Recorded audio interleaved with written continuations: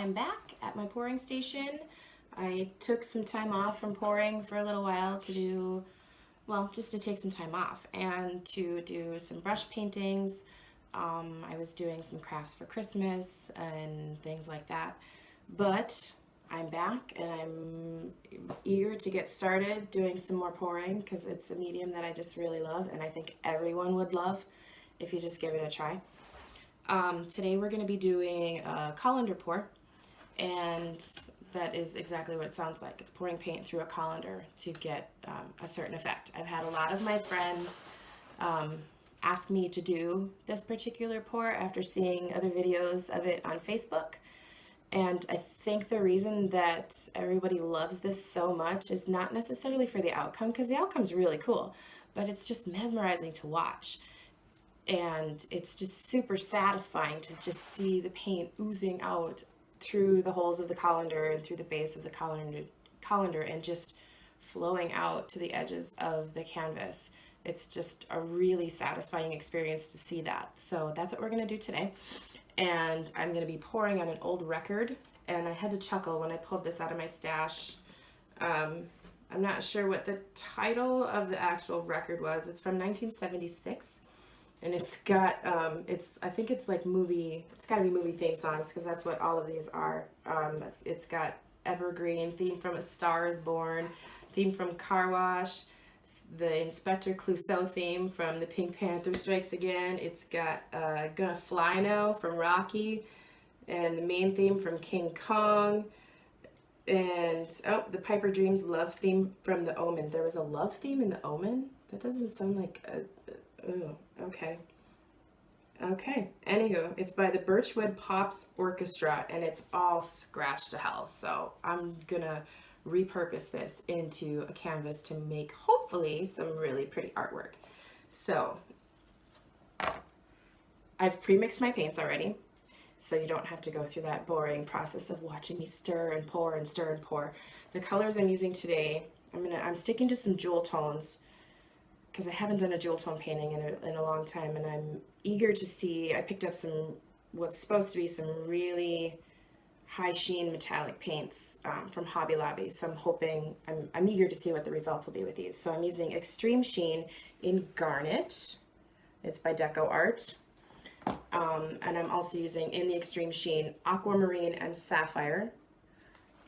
And then one that I've had in my stash of paints for, I can't remember how long. It was actually gifted to me by somebody who didn't want it anymore. It's Martha Stewart Crafts multi-service pearl acrylic paint in, I don't know, Purple Martin they call it. I'm like, it's just a purple, but it actually has a name, Purple Martin. And then I'm also using Deco Art Americana Decor Metallics in silver. I love this stuff. It's really cool. It's got a great finish to it. So I'm going to get set up and we'll come back and get started.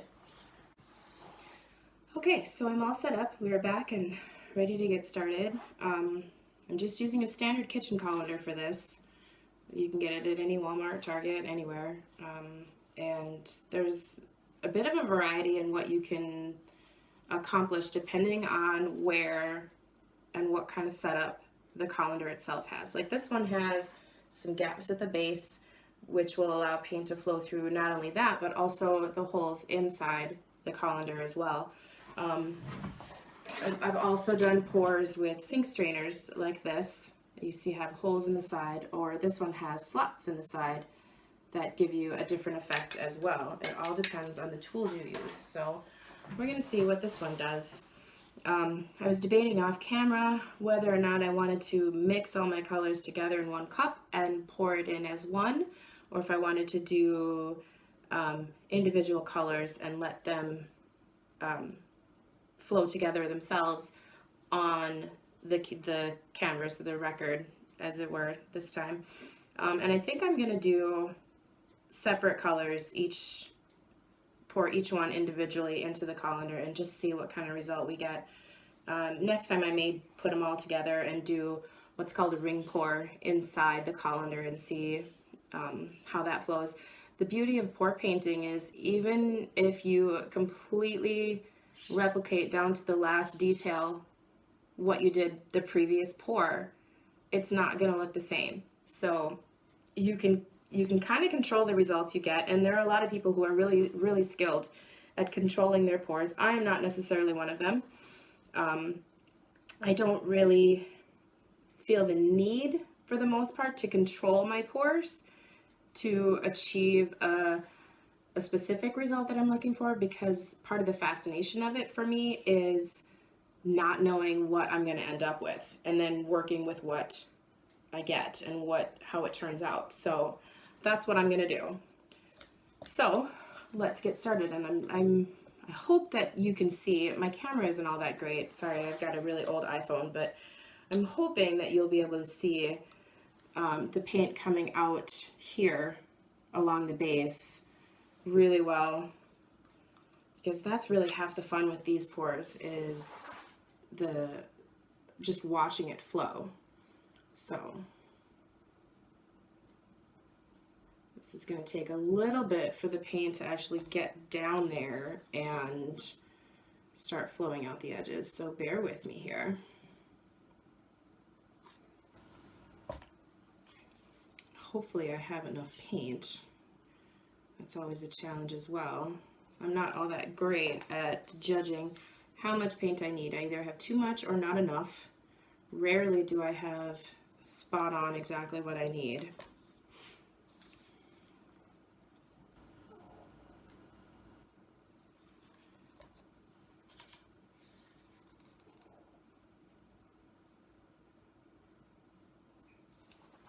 Oh, I think I see it creeping out the edges.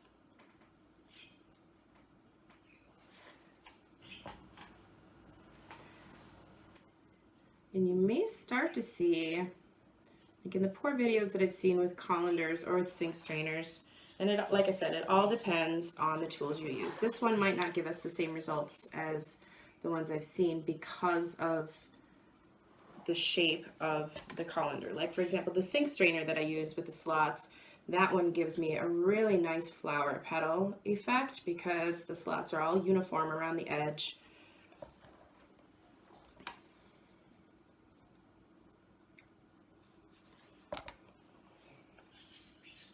It's got a bit of an Americana thing happening with the red and silver and blues, which is pretty cool. It'd be even cooler if it weren't January and it was closer to 4th of July, but oh well. I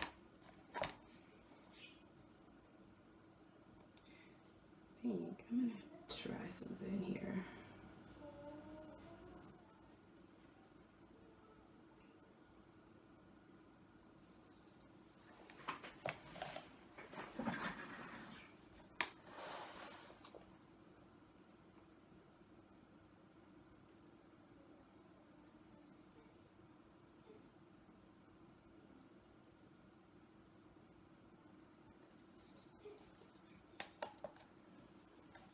I don't necessarily have the best lighting in here either, which doesn't help my cause. So, very carefully, I'm going to lift this colander.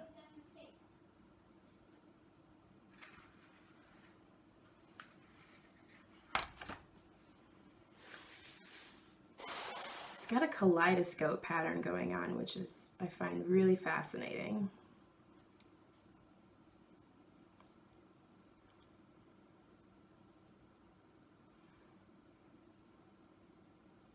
And I used far too much paint for this one, but you know what, I'm okay with that. These paints are cheap, and I think I'd rather have too much than not enough. Plus, that just means I have more paint skins to peel off my tray afterwards, which is also ridiculously satisfying to do. Because I'm one of those people. I really don't even need to tilt this because there's enough paint that it's covering enough on its own, but oh, there's like a butterfly wing lacing happening over here. That's really cool. But I'm going to tilt it anyway just to see what we can make it do and give it a bit of more of a swirl.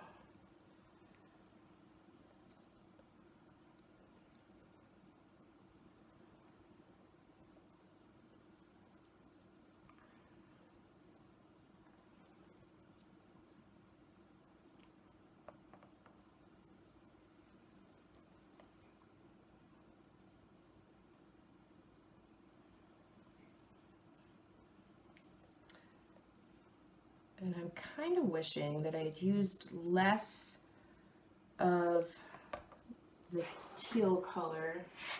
I don't remember what that one was called. The aquamarine.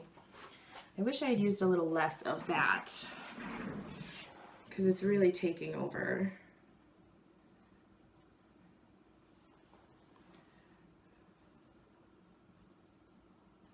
I think I'm going to try to move this a little closer back to the center.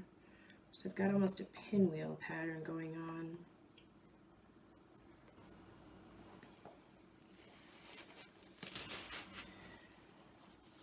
So now I could call this done.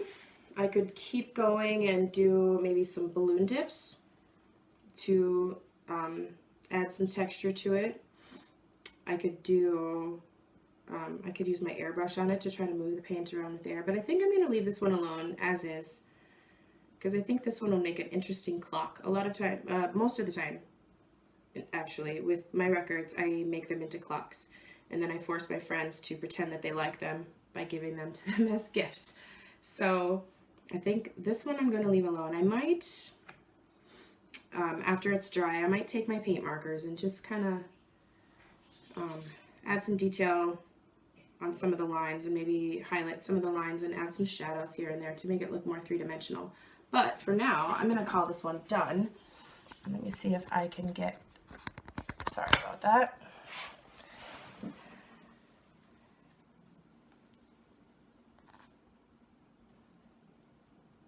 It's really got some cool effects happening in the middle there. I like, but I'm really not so much a fan of the aquamarine in this particular painting, although there's a couple of cool effects there. I think it took over a little more than I wanted it to, but we just roll with it. So that's what we got. So until next time, I'm going to let this one just kind of sit and hang out for a while, and I might end up doing something with it. I might not. I might end up painting over it. I might not. I don't know. We'll wait and see. But I will update you when I decide what it's going to ultimately be. So until next time, see you later.